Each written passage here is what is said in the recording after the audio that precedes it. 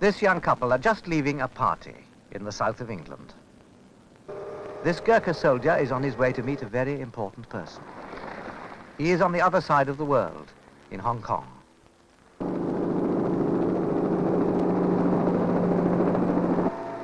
This soldier has little idea of where he is, or what is happening, for he is in deep sedation, 1,000 feet above London.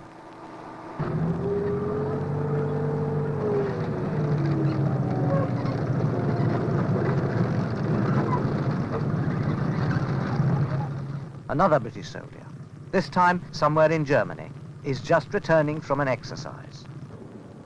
Private Barnett and his girlfriend in England driving home. Lance Corporal Ran Bahadur Gurung in Hong Kong. Corporal Smith on a stretcher in London.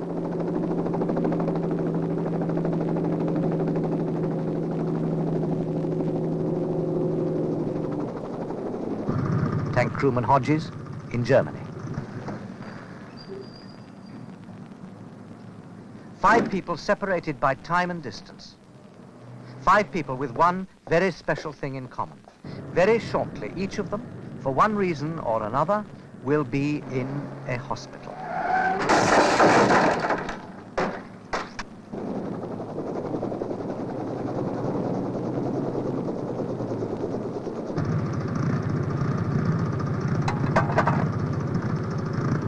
Each of these 5 people will be meeting a very special kind of nurse. This is Jane in London. Debbie in Aldershot. Angela in Hong Kong. And Ruth in Germany.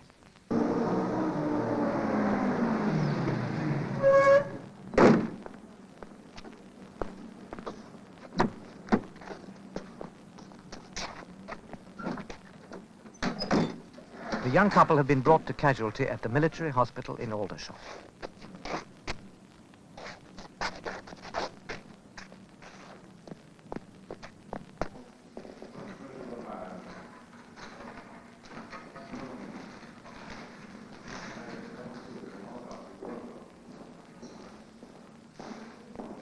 Debbie is a member of the team that will tend their injuries.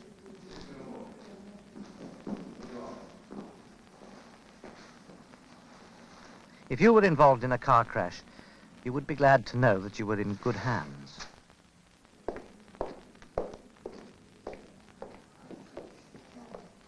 Lance Corporal Ran Bahadur Gurung meets his very important person. And Mum and Dad are grateful to Angela for helping their son to get better again. Corporal Smith will meet Jane when he recovers consciousness.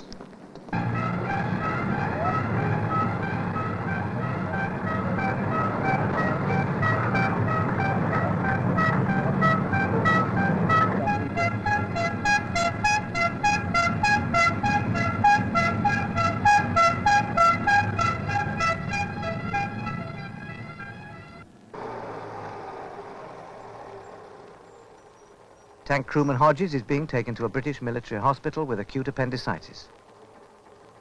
He will be cared for by Ruth. Like the others, she is a special kind of nurse. A QA. 2 letters that symbolize a unique tradition of devotion and duty. For to be a QA is to be a nurse to the army, a member of Queen Alexandra's Royal Army Nursing Corps. An integral part of any military hospital team, wherever it may be, whenever illness, accident or injury strike down a British serviceman or servicewoman or their families. Who are the QAs? And what makes army nursing so different from ordinary nursing? It was in 1902 that Queen Alexandra gave her name to the Corps when she became the first president of what was then called Queen Alexandra's Imperial Military Nursing Service. But the tradition of army nursing was born nearly half a century earlier, in the courage and inspiration of women like Florence Nightingale.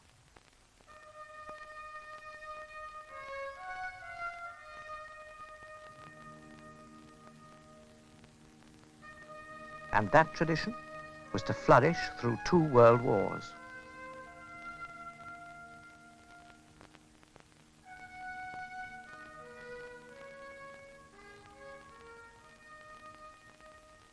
the same self-sacrifice and dedication that Florence Nightingale showed in the Crimea continues to inspire the modern Army Nursing Corps.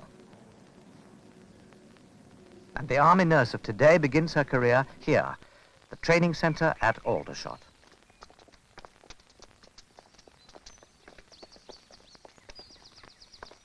For many, this first day as a QA might well be the first day away from home, the first day of independence. But you're by no means alone. Each course of new recruits will spend 5 weeks in basic training. 5 very busy weeks in which you will find out about Army life and perhaps a few things about yourself.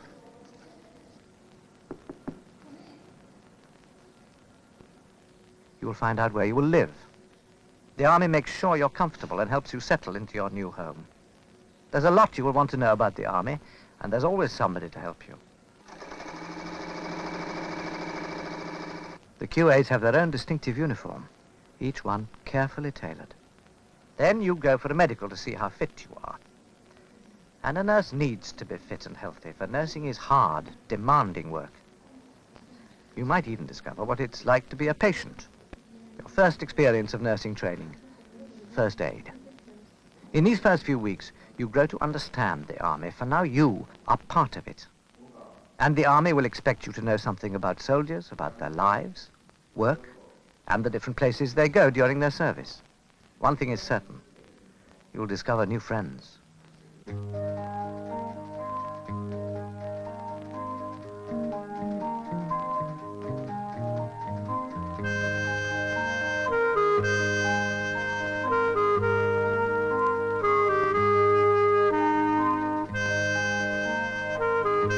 Perhaps one day these two might find themselves working together overseas. For in the Army, friendships tend to last.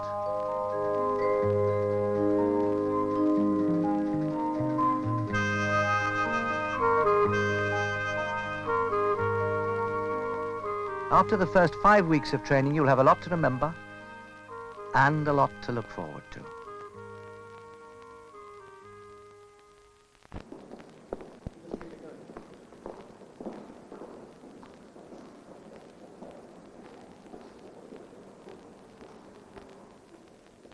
This is the real thing, an active military hospital.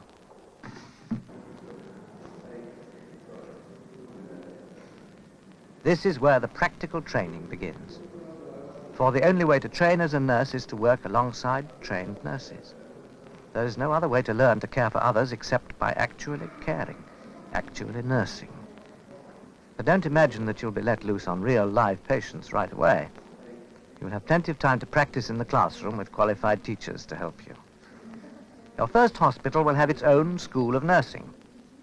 If you are training for SEN, State Enrolled Nurse, you will spend 4 weeks on an introductory course. If training for SRN, State Registered Nurse, this initial course will take 6 weeks.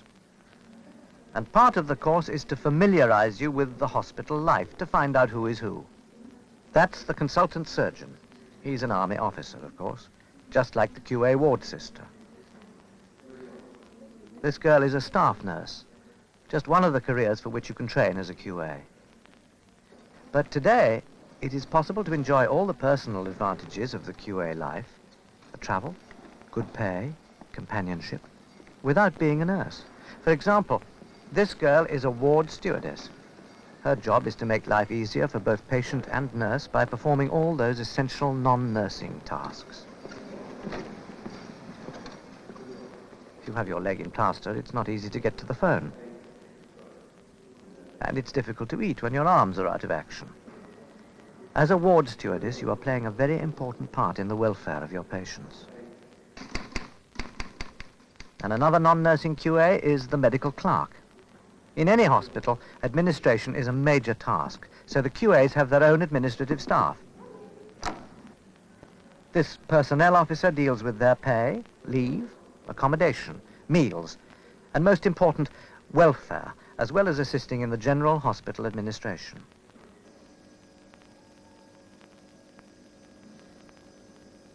Dental clerk assistants and dental hygienists are 2 other non-nursing trades you could train for in the QAs.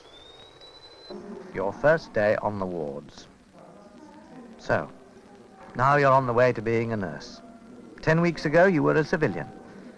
Anyone. Today, you are a trainee nurse. Someone. And you are someone because you care.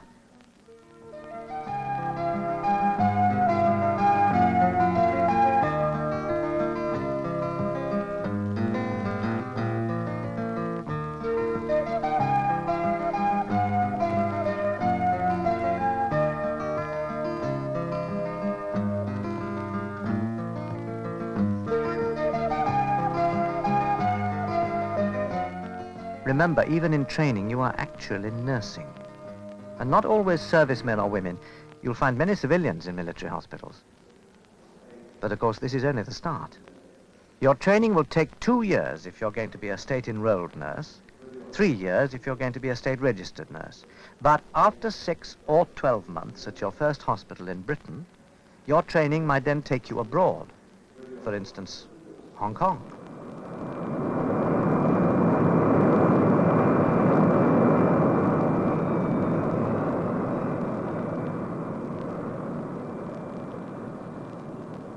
This is the great advantage of QA life. You can travel while you train, because a QA nurses wherever there is a British military hospital. Do you remember Angela, the QA in Hong Kong? She is a pupil nurse. That means she's training for state enrollment. Life for her is busy, satisfying, and full of variety.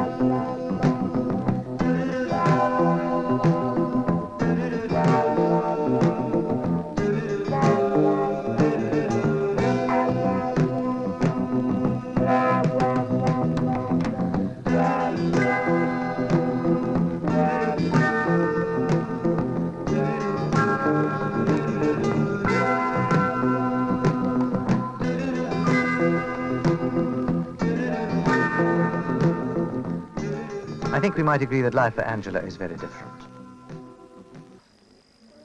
Ruth. She is a student nurse, studying for SRN in Germany.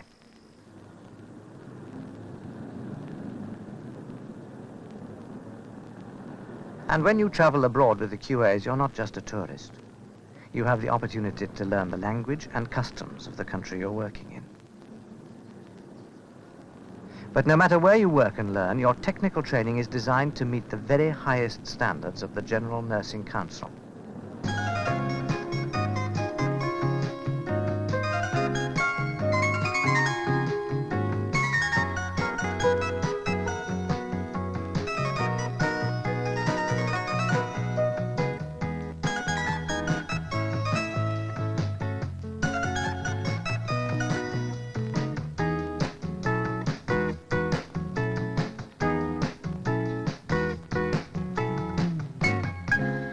So after state registration or state enrollment, you become a nurse. Fully qualified, fully responsible, and leading a very full life. A full life both on duty and off duty as well.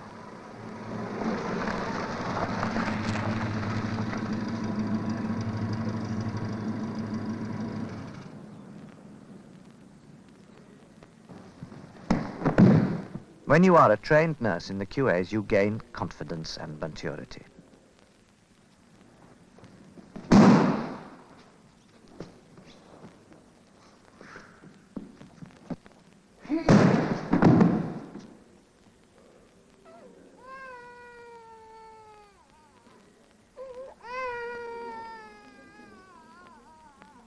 And with the completion of your general training comes the opportunity to continue to study if you wish, to gain even more knowledge of nursing, perhaps in midwifery.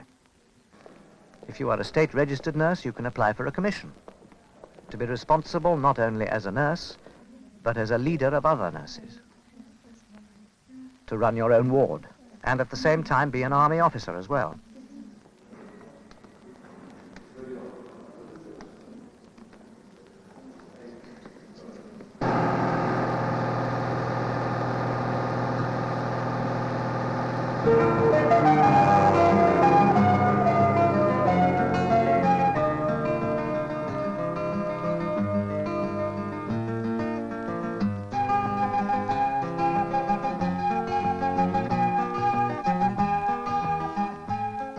So, to be a QA is to be someone different, to care for others, to care about others. But to be a QA is also to care about yourself, not only about what happens to the lives of others, but what happens to your own life as well. After all, caring is what it's all about.